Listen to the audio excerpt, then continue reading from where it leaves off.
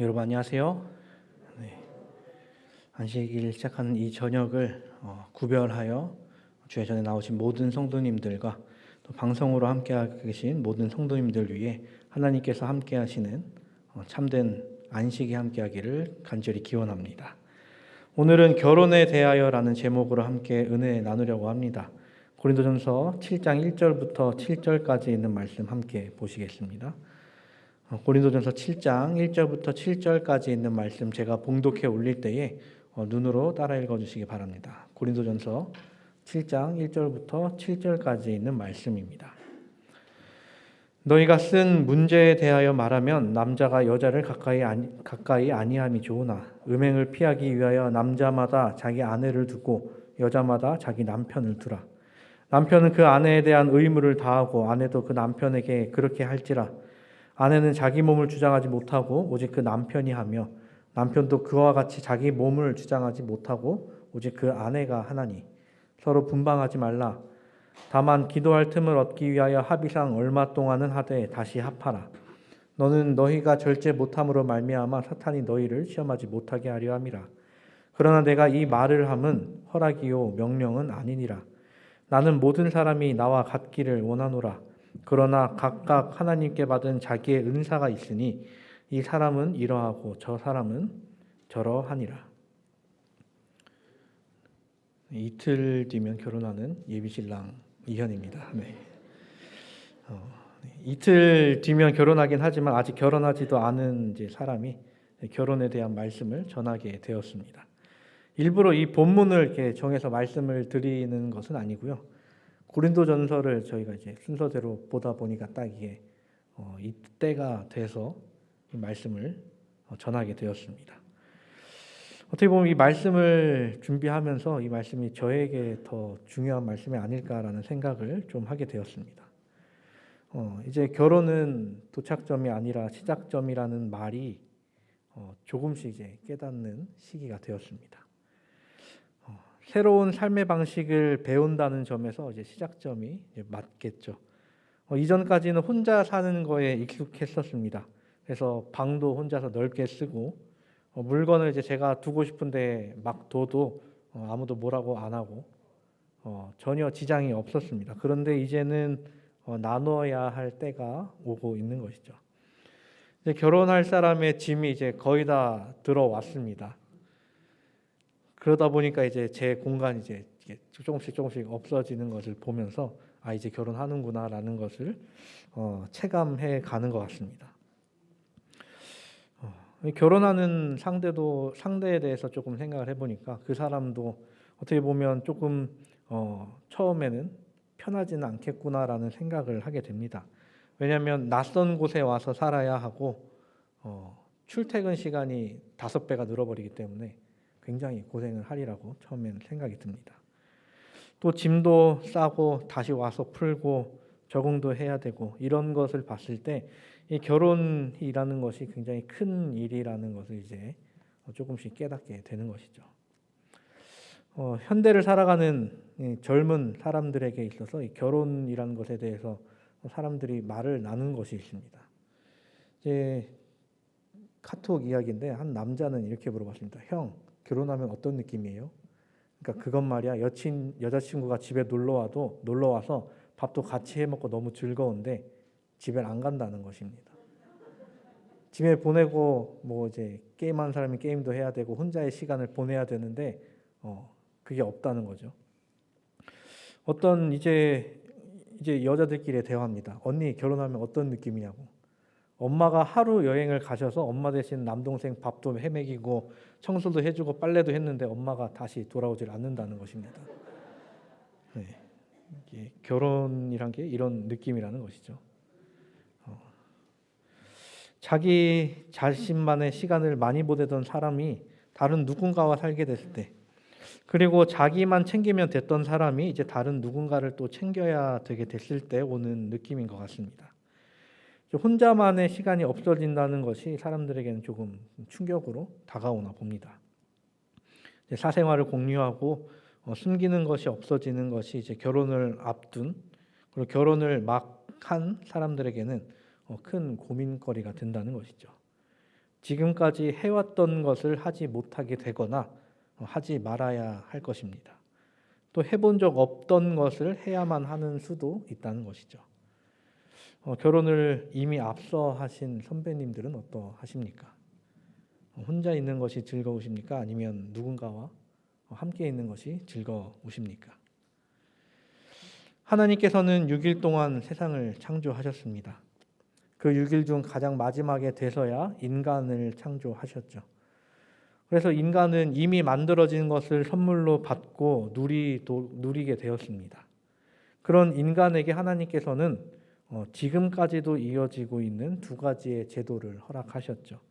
그중 한 가지는 하나님께서 6일 동안 창조하시고 제7일에 쉬시며 그 날을 복되게 하신 것이었습니다. 그 날을 안식일이라 칭하며 하나님과 함께 할 수 있는 날이 되었습니다. 또 다른 한 가지는 다들 아시다시피 결혼 제도입니다. 창세기 1장 27절은 우리에게 이렇게 이야기합니다. 하나님이 자기 형상 곧 하나님의 형상대로 사람을 창조하시되 남자와 여자를 창조하시고, 그리고 남자인 아담과 여자인 하와의 결혼식 때 하나님께서 주례사로서 하신 말씀이 있습니다. 하나님이 그들에게 복 주시며 하나님이 그들에게 이르시되 생육하고 번성하여 땅에 충만하라. 땅을 정복하라. 바다의 물고기와 하늘의 새와 땅에 움직이는 모든 생물을 다스리라 하시니라. 하나님의 주례사 부분에서 우리가 주목해야 할 것은 하나님께서 복을 한 사람에게만 주신 것이 아니었다는 것이었습니다. 하나님은 그들에게 이르시고 그들에게 복을 주셨습니다. 이제 결혼을 통해 복을 누리는 존재는 누구 한 사람이 돼서는 안 된다라는 것입니다. 둘 다여야 한다는 것입니다. 뒤에 이어지는 인간에게 주어진 말씀은 생육하고 번성하여 땅에 충만하라라는 말씀이었습니다. 이 말씀은 그저 개체수만 늘리라는 말씀이 아닙니다. 하나님께서 첫 인간들에게 주신 복을 대대손손 이어지게 하라라는 말씀인 것이죠. 그런데 사단은 사람이 받은 하나님의 축복을 누리지 못하게 하고 있습니다. 하나님께서 사람에게 복 주시기 위해 주신 두 가지 제도의 안식일과 결혼 모두를 공격하고 있다라는 것입니다. 안식일은 어떻게 공격받았습니까? 이스라엘 백성들로부터 잘 지켜오던 안식일을 이제 일요일로 변경시키고자 하였죠. 누군가는 날짜가 무엇이 중요하냐라고 하는 사람들이 있습니다. 그런데 그 날짜가, 그 시간이 중요함을 우리는 너무나도 잘 알고 있습니다. 하나님께서 그 날에, 그 시간에 복을 주셨기 때문에 그 시간에 함께 해야, 그 시간에 들어가야 복을 받게 되는 것이죠.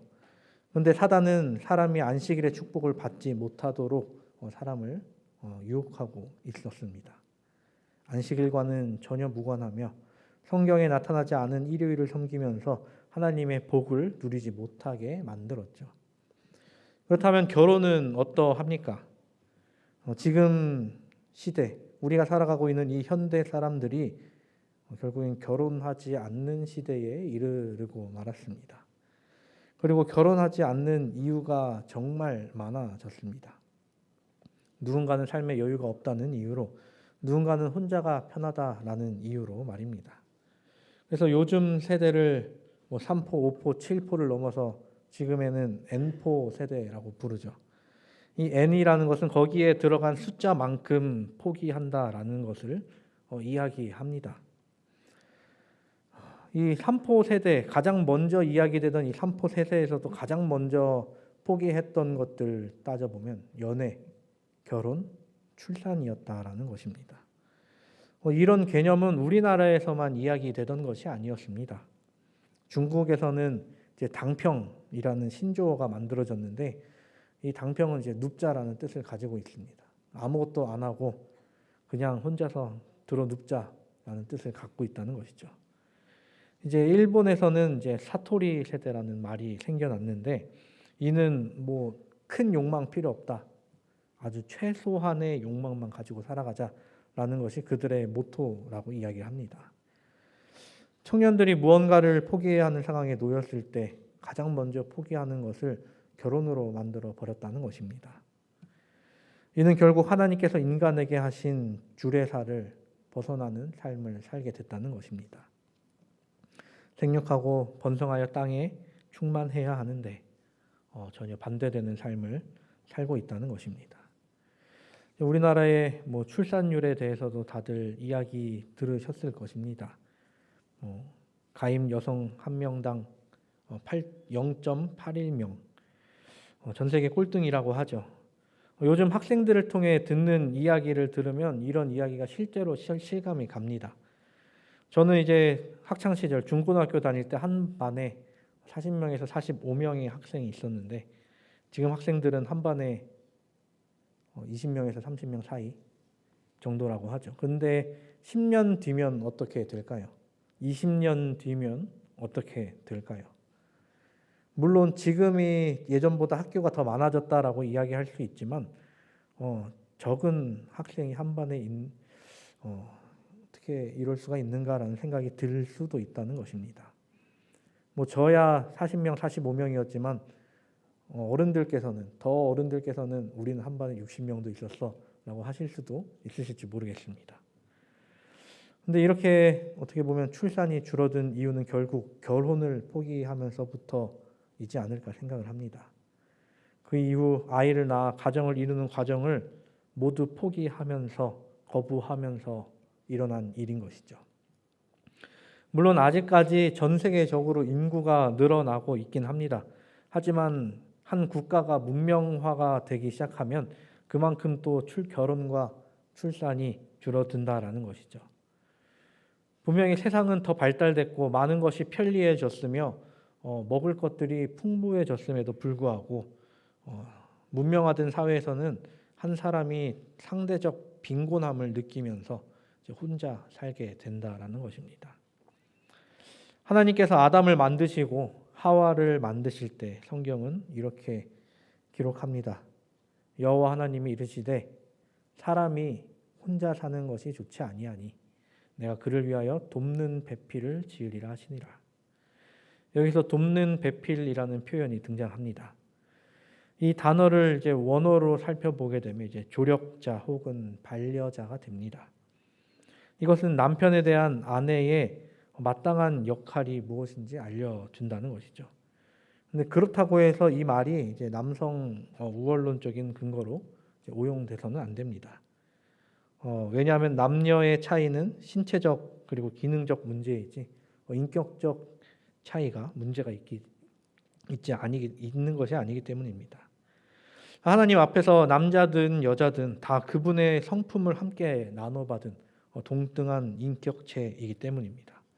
그래서 누구 한 명에게 돕는 배필이 되는 것이 아니라 서로가 서로를 위한 돕는 배필이 되어야 한다는 것입니다. 바울은 오늘 본문에서 그래서 결혼에 관한 이야기를 합니다. 결혼이 왜 필요한가에 대해서 바울이 이야기하는 것은 이렇습니다. 2절입니다. 음행을 피하기 위하여 남자마다 자기 아내를 두고 여자마다 자기 남편을 두라. 바울의 이 표현은 조금 직설적이라고 생각이 됩니다. 그런데 그 뜻을 좀 더 깊게 이해해 보고자 한다면 결혼을 통해 순결해지라라는 것입니다. 순결이라는 그 말의 의미를 우리는 너무나도 잘 알고 있죠. 다른 것이 섞이지 않은 아주 깨끗한 상태를 이야기합니다. 즉 나의 몸을 순결하게 한다는 것은 나와 한 몸이 된 배우자와만 함께 한다는 것이죠. 하나님께서 세상을 창조하시고 안식일을 거룩하게 하셨습니다. 근데 우리가 알아야 할 것은 하나님께서 거룩하게 하시는 것은 안식일만이 아니었다는 것이죠. 안식일 제도와 함께 주신 결혼 제도 역시 그 안에 거룩함이 함께 했습니다. 나의 배우자를 나를 위해 거룩하게 하셨습니다. 그리고 배우자를 위해 나를 거룩하게 하셨습니다. 거룩이란 말의 뜻이 구별되다임을 다들 잘 알고 계시죠. 즉 배우자를 위해 자기 자신을 구별하고 배우자를 구별하는 일이 결혼임을 우리에게 알려주는 것이죠. 그리고 나서 바울은 결혼한 사람들이 어떻게 살아가야 하는지에 대해 이야기를 합니다. 남편은 그 아내에 대한 의무를 다하고 아내도 그 남편에게 그렇게 할지라.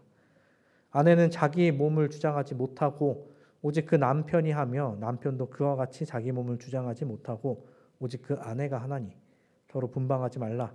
다만 기도할 틈을 얻기 위하여 합의상 얼마 동안은 하되 다시 합하라. 이는 너희가 절제 못함으로 말미암아 사탄이 너희를 시험하지 못하게 하려 함이라. 서로 간의 의무를 다하라고 이야기합니다. 이는 부부 관계에 있어서도 그러하다는 것이죠. 근데 거기서 그치는 것이 아니라 서로가 서로를 예속해야 한다는 것입니다.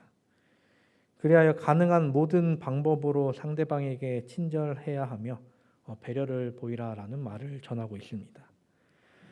고린도 교인 중에, 아니 지금에 와서 현대를 살아가는 그리스도인 중에 남편과 아내가 따로 떨어져 사는 것이 나름대로의 장점이 있다라고 이야기하는 사람이 있습니다. 그런 사람들을 위한 말이라고 생각해 볼 수도 있는 것이죠. 근데 서로를 구별하여 부부가 된 사람이 서로 떨어져 사는 것이 익숙해져 버리고 만다면 그 안에서 부도덕이 생길 수도 있다라는 것을 우리가 유념해야 한다는 것입니다. 4절에 가서는 한 몸이 된 자의 의무에 관하여 이야기합니다. 자기가 자기 몸을 주장하지 못한다는 것은 자기 마음대로 자기를 다루지 말 것을 이야기하는 것이죠. 서로가 책임적인 관계에 있기 때문에 누구 한 사람 마음대로 하지 말라라는 것입니다. 그리고 이 말씀은 남편과 아내가 동등한 권리를 가진 존재임을 이야기합니다. 이것은 아담과 하와 때부터 그러했다는 것입니다. 물론 하와는 아담보다 조금 늦게 창조되었습니다. 그리고 하와는 아담의 갈비뼈로부터 창조되었습니다. 그런데 그렇다고 해서 하와가 아담보다 못한 존재로 창조되었는가 하면 그렇지 않다는 것을 우리는 너무나도 잘 알고 있습니다. 그 둘은 동등한 존재로서 창조되었습니다. 하와를 창조하실 때 갈비뼈를 사용하신 이유가 그러했다는 것을 알고 있죠. 그래서 서로를 구속하되 사랑 안에서 구속해야 했습니다. 그런데 이 둘 사이를 갈라놓은 것은 결국 죄였다는 것입니다. 바울이 이렇게 권면하고 있는 이유도 결국 죄로 인해 인간의 모든 것이 뒤틀렸기 때문이었습니다. 바울은 오늘의 말씀뿐 아니라 고린도전서 11장에 가서도 남자와 여자에 관하여 이야기를 하고 골로새서에 가서도 이 결혼에 관하여 이야기를 합니다. 하나님께서 처음 창조하신 것대로 회복하기 위한 권면의 말씀인 것이죠. 서로를 위하고 서로를 존중하고 서로에게 친절해지는 것 말입니다. 그리고 5절에 와서 바울은 결혼 안에서 결국 이뤄야 할 것을 이야기합니다. 사탄이 너희를 시험하지 못하게 하려 함이라. 사람은 언제나 사탄의 유혹 속에 살아갑니다. 사탄은 예수님도 유혹했는데 사람이라고 유혹 안 하겠습니까? 그런데 혼자 살아갈 때와 누군가와 함께 있을 때 어느 때가 더 유혹에 취약할까요? 당연하게도 혼자 있을 때 그 유혹에 더 취약할 것입니다. 이는 에덴 동산에서부터 그러한 모습을 보여줬음을 우리는 잘 알고 있습니다. 하와가 뱀의 꼬임에 넘어갈 때도 그는 혼자였습니다. 만약 아담이 하와와 같이 있었다면 과연 그런 일이 생겼을까 생각해 볼 문제라고 생각합니다. 서로를 위하는 삶뿐만이 아니라 서로를 지켜주는 삶이 필요하다는 것이죠. 서로를 책임진다는 말이 이런 뜻이라고 생각해 보았습니다. 결혼을 이미 하신 우리 성도님들, 또 결혼을 곧 할 저와 또 언젠가 할 우리 청년들까지 하나님께서 세우신 가정 안에서 하나님께서 부어주시는 그 복인 행복으로 가득하길 간절히 바랍니다. 바울은 7절에 이렇게 이야기를 합니다. 나는 모든 사람이 나와 같기를 원하노라. 그러나 하나님께 받은 자기의 은사가 있으니 이 사람은 이러하고 저 사람은 저러하니라. 바울의 상태에 대해서 이제 생각해 볼 만한 구절인 것이죠. 바울은 결혼을 했을까요? 안 했을까요? 신학자들 사이에서도 굉장히 의견이 분분한 내용이긴 합니다.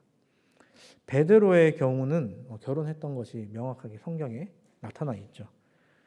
자식은 어떠했는지 전혀 기록이 남아 있지 않지만 복음서를 통해 우리가 살펴봤을 때 베드로는 결혼한 것으로 보입니다. 또 어떤 신학자는 베드로가 선교 활동을 할 때 부부가 같이 했다고 주장하는 신학자도 있습니다. 근데 그에 반해 바울은 결혼을 했는지 안 했는지 명확하게 알 길이 없다는 것입니다.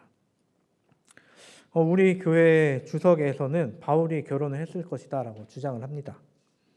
사도행전의 이야기를 통해 바울이 이제 사내들인 회원이었음을 추측할 수 있는데요.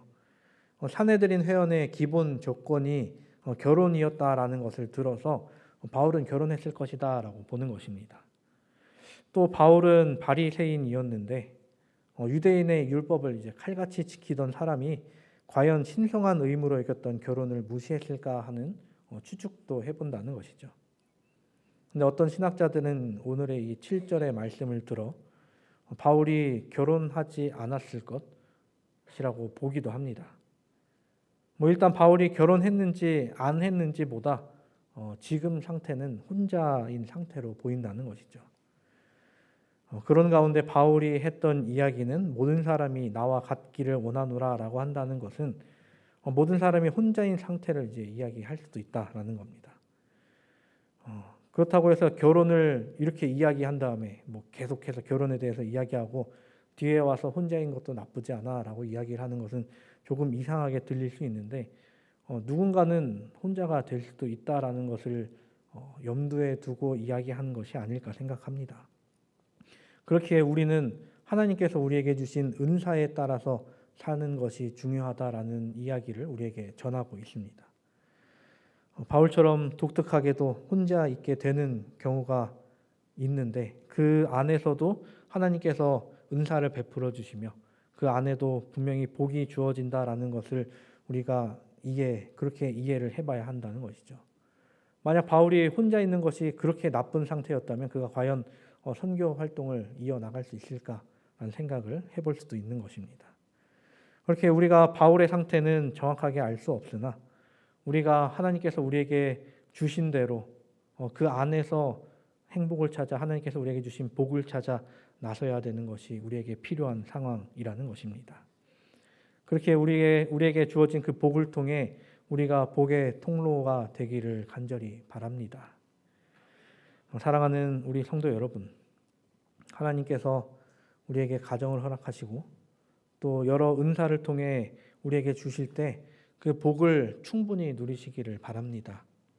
물론 지금도 하나님께서 우리에게 계속해서 그 복을 베풀어 주시고 계시지만 더 복을 찾아 더 베풀어 주시는 복을 구함으로 인해 더 큰 행복을 누리시게 되기를 간절히 바랍니다. 그러기 위해서는 나라는 존재를 사랑하는 만큼 또 누군가를 사랑해야 한다는 것이죠. 서로를 위한다라는 것은 그러한 것으로 생각됩니다. 화이트 선지자는 결혼에 대해서 이렇게 이야기합니다. 결혼은 하나님께서 제정하신 거룩한 의식으로서 결코 이기적인 정신으로 행할 것이 아니다. 이 단계에 나아가려고 하는 자들은 엄숙하고 기도하는 마음으로 결혼의 중요성에 대하여 깊이 생각해야 하며 그들이 과연 하나님의 뜻에 일치하는 길을 따라가고 있는지의 여부를 알 수 있도록 하나님의 권고를 구해야 한다. 이 점에 대하여 주신 성경의 교훈을 주의 깊이 생각해야 한다. 하늘은 성경에 주어진 지시에 일치하고자 열망하는 마음으로 성립된 결혼을 기쁨으로 주시한다. 또 결혼의 거룩함에 대해서 이렇게 이야기합니다. 결혼의 거룩한 성격과 요구가 이해될 때 결혼은 오늘날이라도 하나님의 인정을 받을 것이며 그 결과 남편과 아내 모두 행복하게 되고 하나님께서는 영광을 받으실 것이다. 우리는 결혼을 통해 우리에게 주어진 그 복을 충분히 누릴 수 있습니다. 그런데 그 결혼 안에서 서로의 사랑으로 끝나는 것이 아니라 예수 그리스도께서 성령으로 임하시는 그 가정을 통해서 그 안에서 더 큰 행복을 누리시게 되기를 간절히 바랍니다. 그리고 그 사랑을 나눔으로 인해 그리고 그 사랑이 더 커짐으로 인해 하나님께서 영광 받으신다는 사실을 우리 마음속에 깊이 새기게 되시기를 또한 간절히 바랍니다. 그러므로 인해 하나님으로 인하여 화목하고 행복한 가정으로, 또 이 교회가 그 가정들의 모임이 되어 이 교회에서도 하나님의 영광이 아름답게 빛나는 그런 아름다운 교회가 되기를 바라며 말씀을 줄이겠습니다.